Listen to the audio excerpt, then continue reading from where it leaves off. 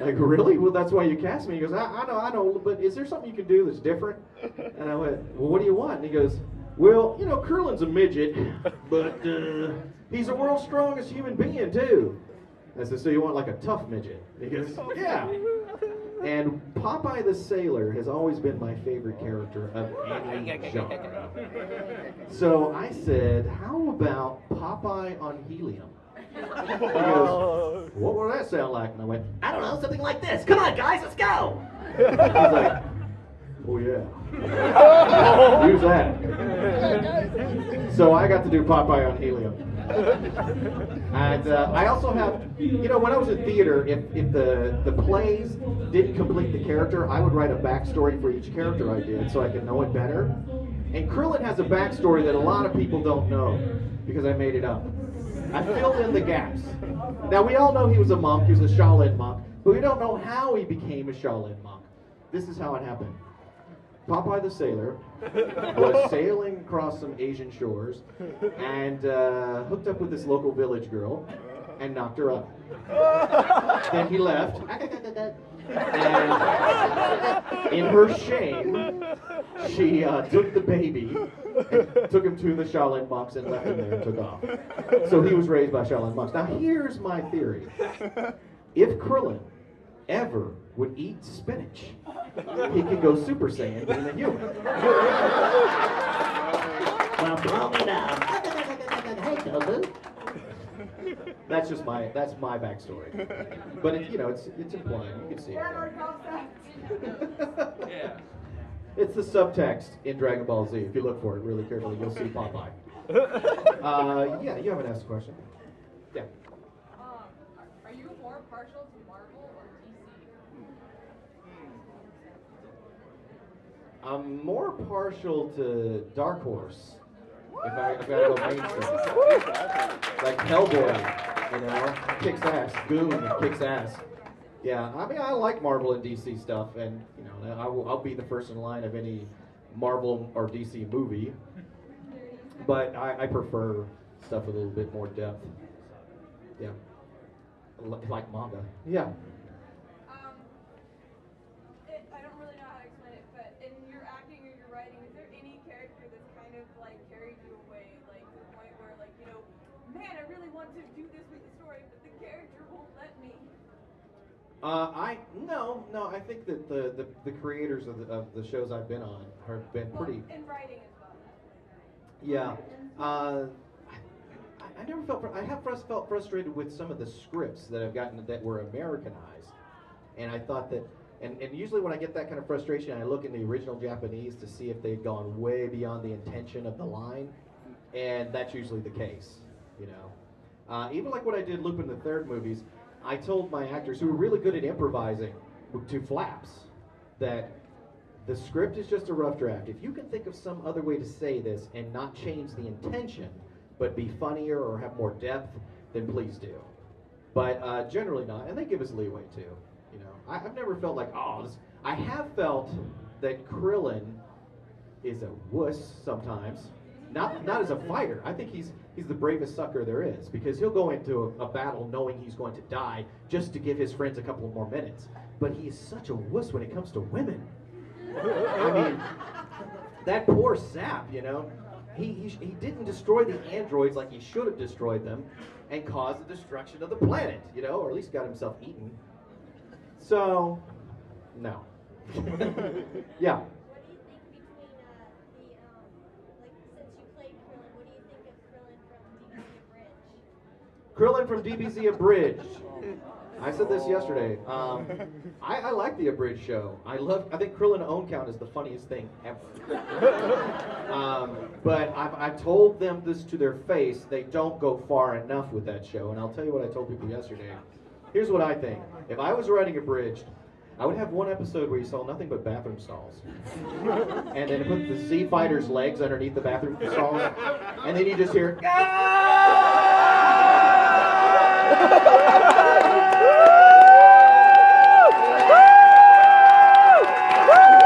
just like for 15 minutes. And that would be episode 1. So yeah, I like it. I just think that there's room for improvement. Any other questions? Yes. Between the original BBC and Kyle, who do you prefer? Are you in, Kai? I think I prefer Kai. Now, I'll tell you why. How many? Raise your hand if you've seen Kai on television. Now, keep your hands up if you've seen it on the DVD. This is why people hate Kai. Because no one has seen it on DVD. Nobody's seen the uncut version, the way it's supposed to be. They saw what we had to do on television, and the time slot we had was edited for Y7. That was the time slot. So it had to be approved that 7-year-olds could watch this, okay? So a lot of people went, "Yo, man, Kai sucks!" No, it doesn't. It sucks to have to be in that time slot. But it was the best time slot to have, and they were, you know, it's the one that people wanted the most.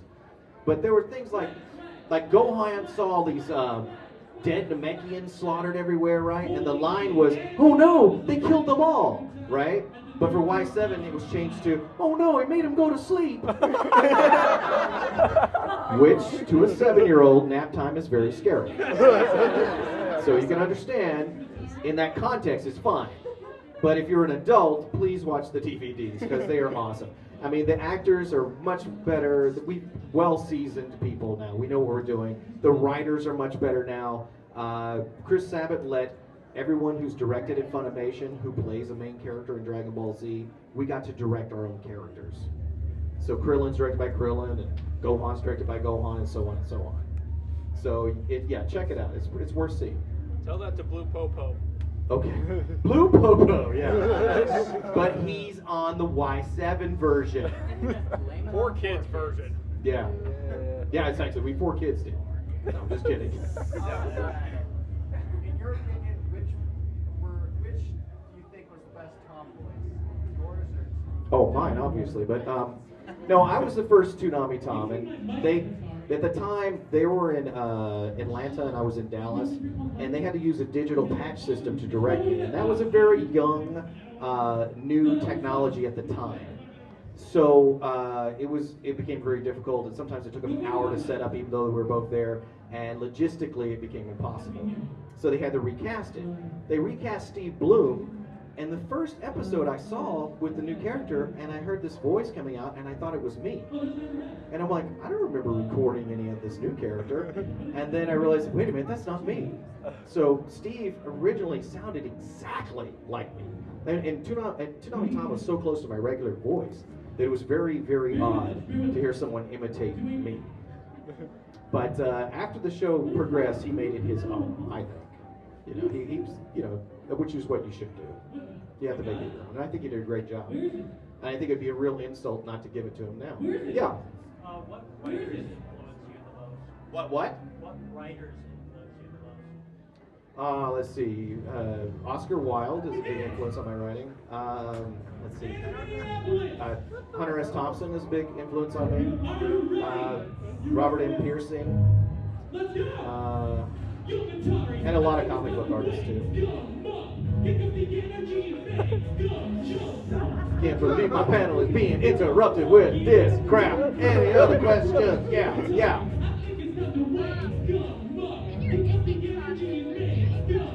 Come here. Oh, I thought you would like poof and bam. Come over here. Do you ink your own stuff? Yes, I ink my own stuff. Do you ink it digitally or do you do it traditionally? I ink traditionally. Do you use a brush? I use a brush, a pen, a crowquill. I use micron markers, all kinds of things. Yeah, you're welcome. Yes. Micron markers and crowquill pens that you dip in ink. Hunt 102 is a great one. What is your question, sir? Yo, my quick question is, when you were doing the hues for full metal, which one did you like better? The one from the original or Brotherhood? Brotherhood. I don't know. I like them both, but I think that in Brotherhood he was a little more comical. But it was more like the comic, so that made it better.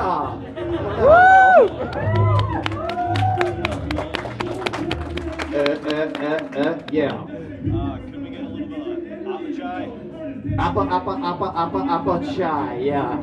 Appa chai! Yeah, I play appa chai. What's your question about appa chai? I was saying, can we get a line from him? What from him? A line? A line from him? Yeah. Muay Thai is the art of killing someone.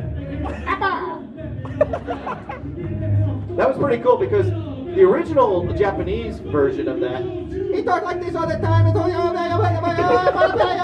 right? And I thought, wouldn't it be funnier though if he's like, he talked like this all the time, and then went into. When I did that for the audition, they went, oh, that's cool, okay. And what time is it? What time is it? 8:40. Tell you what I'm gonna do. 5 more minutes. I'm gonna give you guys who came to see the panel a chance to get stuff signed if you brought it, okay?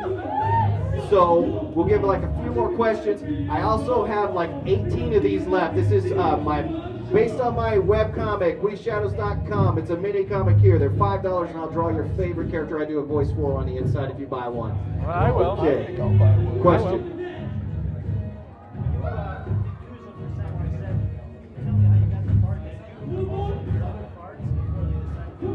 Okay, that's how I got the part of Kyuzo on Samurai 7. It was very early in the morning, and early in the morning my voice is really deep. You know, it's not that deep right now, but it was early in the morning. And when I auditioned, it was the last thing I wanted to audition for because I thought it was out of my range. And then Chris Bevins, the director, said, "Can you try this character too?" So I did, and he said, "I love it." So he cast me in it, and I said, "Okay, but you have to make sure that we record in the morning, first thing in the morning." That's how I got it. Yeah. Is there any role you regret later on, or when you look back and you see baseball? Is there what? Is there a role you've done that you regret doing, or you baseball over? There is a role that I kind of regret doing, and that I do facepalm over, and that is Chris Bevins again. I was walking in the hallway. I don't even know what show it was. But he said, "Hey, can you come in here? I got a part that I need to get done."